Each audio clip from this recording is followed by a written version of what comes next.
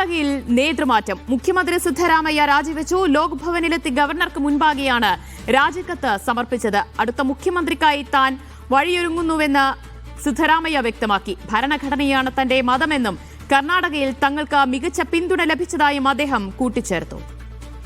D Dhanasumod വിവരങ്ങൾ നൽകും. ധനസുമോദ്, അങ്ങനെ സിദ്ധരാമയ്യ രാജിവെച്ചിരിക്കുകയാണ്. ഇനി അടുത്ത മുഖ്യമന്ത്രിയെ കണ്ടെത്തേണ്ടതുണ്ട്. അത് സംശയമില്ല, DK ശിവകുമാർ തന്നെയാണ്. എപ്പോഴായിരിക്കും സത്യപ്രതിജ്ഞ? ദിവ്യ പറഞ്ഞ പോലെ തന്നെ ഇനി അടുത്ത മുഖ്യമന്ത്രി ആര് എന്നുള്ളതിൽ ഒരു സംശയവുമില്ല, അത് DK ശിവകുമാർ തന്നെയാണ്. പക്ഷേ ഇവിടെ ഉണ്ടാകുന്ന ഒരു സാങ്കേതിക പ്രശ്നം, ഇപ്പോൾ രാജിക്കത്ത് സമർപ്പിച്ചിരിക്കുന്നത് ഗവർണറുടെ സെക്രട്ടറിക്കാണ്. ഗവർണർ അവിടെ ഉണ്ടായിരുന്നില്ല, രാജ്ഭവനിൽ ഉണ്ടായിരുന്നില്ല. അദ്ദേഹം പ്രത്യേക വിമാനത്തിൽ ഇന്ന് വൈകിട്ടോടുകൂടിയാണ് ലോക് ഭവനിൽ ഉണ്ടാകുക. അതുകൊണ്ട് അദ്ദേഹം ഈ രാജി അംഗീകരിക്കുന്ന മുറയ്ക്കാണ് ഇനിയൊരു അവകാശവാദം ഉന്നയിക്കാൻ പറ്റുക മറ്റൊരാൾക്ക്. അത് DK ശിവകുമാറിന് തന്നെയാണ് ആ തരത്തിലുള്ള ഒരു അവകാശവാദം ഉന്നയിക്കാൻ. കാര്യം ഇതൊരു പാർട്ടി തീരുമാനമാണ്, ഹൈക്കമാൻഡ് തീരുമാനമാണ്.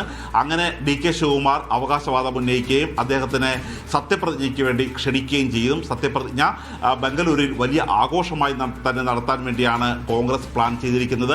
രാഹുൽ ഗാന്ധി അടക്കമുള്ള നേതാക്കന്മാർ ഇവിടെ എത്തും. ഇതിനു വേണ്ടി ഉള്ളൊരു ചർച്ചകളാണ് ഇപ്പോൾ പ്രധാനമായി നടത്തിക്കൊണ്ടിരിക്കുന്നത്. മാത്രമല്ല, നേരത്തെ മറ്റു ഉപമുഖ്യമന്ത്രിമാർ വന്ന് DK ശിവകുമാറിനെ അസ്ഥിരപ്പെടുത്താതിരിക്കാൻ വേണ്ടി ഒരു ഉപമുഖ്യമന്ത്രി മാത്രം മതി എന്നുള്ള ഒരു നിലപാടിലായിരുന്നു DK ശിവകുമാർ നേരത്തെ ഉണ്ടായിരുന്നത്. പക്ഷേ അദ്ദേഹം ഈ സിദ്ധരാമയ്യ ഒഴിവാകുന്നതോടുകൂടി രാജ്യത്തെ കോൺഗ്രസിന്റെ ഏക OBC മുഖ്യമന്ത്രി ഇല്ലാതാകുകയാണ്. അതുകൊണ്ട് വിവിധ വിഭാഗങ്ങളിലെ ആളുകൾക്ക്, നേതാക്കന്മാർക്ക് പ്രാധാന്യം കൊടുത്തുകൊണ്ടുള്ള OBC, ദളിത് തുടങ്ങിയ വിഭാഗങ്ങളിലെ ന്യൂനപക്ഷ വിഭാഗങ്ങൾക്ക് പ്രാധാന്യം കൊടുത്തുകൊണ്ട് 3 ഉപമുഖ്യമന്ത്രിമാർ ഉണ്ടാകും എന്നുള്ളൊരു സൂചനയാണ് കിട്ടുന്നത്.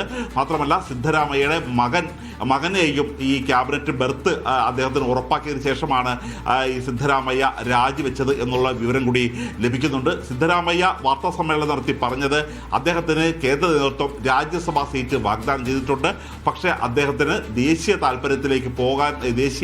രാഷ്ട്രീയത്തിലേക്ക് പോകാൻ താല്പര്യമില്ല, സംസ്ഥാന രാഷ്ട്രീയത്തിൽ തന്നെ തുടരാനാണ് അദ്ദേഹത്തിന്റെ പ്ലാൻ എന്നും പങ്കുവയ്ക്കുകയായിരുന്നു. അല്ല, പക്ഷേ ഇപ്പോഴും മന്ത്രിസഭയ്ക്കകത്തും പുറത്തുമായാലും സിദ്ധരാമയ്യ അനുകൂലിക്കുന്നവർ വലിയ പ്രതിഷേധത്തിലും എതിർപ്പിലും തന്നെയാണോ ഈ തീരുമാനത്തോട്?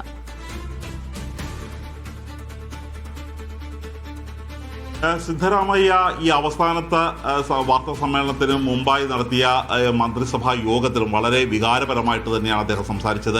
പല നേതാക്കന്മാരോടും പല മന്ത്രിമാരോടും പലപ്പോഴും തട്ടിക്കയറേണ്ടി വന്നിട്ടുണ്ട്, ശബ്ദമുയർത്തി സംസാരിച്ചിട്ടുണ്ട്. ഇതെല്ലാം താൻ നാടിന് വേണ്ടിയും പാർട്ടിക്ക് വേണ്ടിയും ചെയ്തതാണ് എന്നുള്ളൊരു കാര്യമാണ് അദ്ദേഹം പറഞ്ഞത്. 1.4 ലക്ഷം കോടി രൂപയാണ് വിവിധ തരത്തിലുള്ള ഗ്യാരണ്ടികൾക്കായി ചെലവഴിച്ചത്. ഉറപ്പ് നൽകിയ 300 ഗ്യാരണ്ടികളാണ് അദ്ദേഹം ഇതിനകം തന്നെ പാലിച്ചിരിക്കുന്നത്.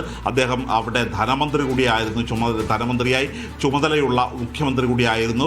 അദ്ദേഹത്തിൻ്റെ രാജി പുറത്തേക്ക് വരുമ്പോൾ തന്നെ വലിയ തരത്തിലുള്ള പ്രതിഷേധമാണ് അദ്ദേഹത്തിൻ്റെ ജന്മനാട്ടിൽ ഉണ്ടായിരുന്നത്. കാര്യം സിദ്ധരാമയ്യ അനുകൂലിക്കുന്നവർ രാഹുൽ ഗാന്ധിയുടെ ചിത്രം കത്തിക്കാനുള്ള ഒരു ശ്രമം നടത്തിയിരുന്നു. പക്ഷേ മറ്റു കോൺഗ്രസ് പ്രവർത്തകർ അത് തടയുകയാണ് ചെയ്തത്. കോൺഗ്രസ് ഹൈക്കമാൻഡ് പറയുന്നത് OBC മുഖമാക്കി ദേശീയ രാഷ്ട്രീയത്തിലേക്ക് ഉയർത്തിക്കൊണ്ടുവരാനാണ് പ്ലാൻ ചെയ്തിരിക്കുന്നത്.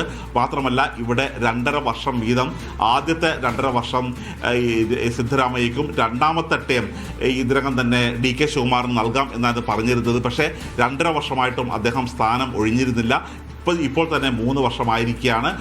ഇനിയൊരു 2 വർഷം മാത്രമാണ് അവശേഷിക്കുന്നത് DK ശിവകുമാറിന് ഭരിക്കാനുള്ള. അതുകൊണ്ട് നൽകാതിരിക്കുന്നത് ഒരു നീതിയല്ല എന്നുള്ള ഒരു നിലപാടിൽ തന്നെ, കടുത്ത നിലപാട് തന്നെയായിരുന്നു അത് രാഹുൽ ഗാന്ധി സ്വീകരിച്ചത്. അതിന് പിന്നാലെ പ്രിയങ്ക ഗാന്ധിയും ഇതേ നിലപാട് തന്നെ സ്വീകരിച്ചുകൊണ്ടാണ് അദ്ദേഹത്തിന് കളമൊഴിയേണ്ടി വന്നത്. പക്ഷേ സിദ്ധരാമയ്യെ അദ്ദേഹം കളമൊഴിയുന്നത് ഒരിക്കലും അംഗീകരിക്കാൻ കഴിയില്ല എന്നാണ് അദ്ദേഹത്തിൻ്റെ ചില അനുകൂലികൾ പറയുന്നത്. പക്ഷേ DK ശിവകുമാറിന് എല്ലാവിധ പിന്തുണയും നൽകണം എന്നുള്ള ഒരു ആവശ്യം തന്നെയാണ് കർണാടകയിൽ DK ശിവകുമാർ മുഖ്യമന്ത്രിയായി എത്താൻ പോവുകയാണ്. സിദ്ധരാമയ്യ ദേശീയ രാഷ്ട്രീയത്തിലേക്ക് നീങ്ങുന്നു. ഉടൻ തന്നെ സത്യപ്രതിജ്ഞയുണ്ടാകുമെന്നാണ് സൂചനകൾ. ഡി ധനസുമോദാണ് വിശദാംശങ്ങൾ നൽകിയത്.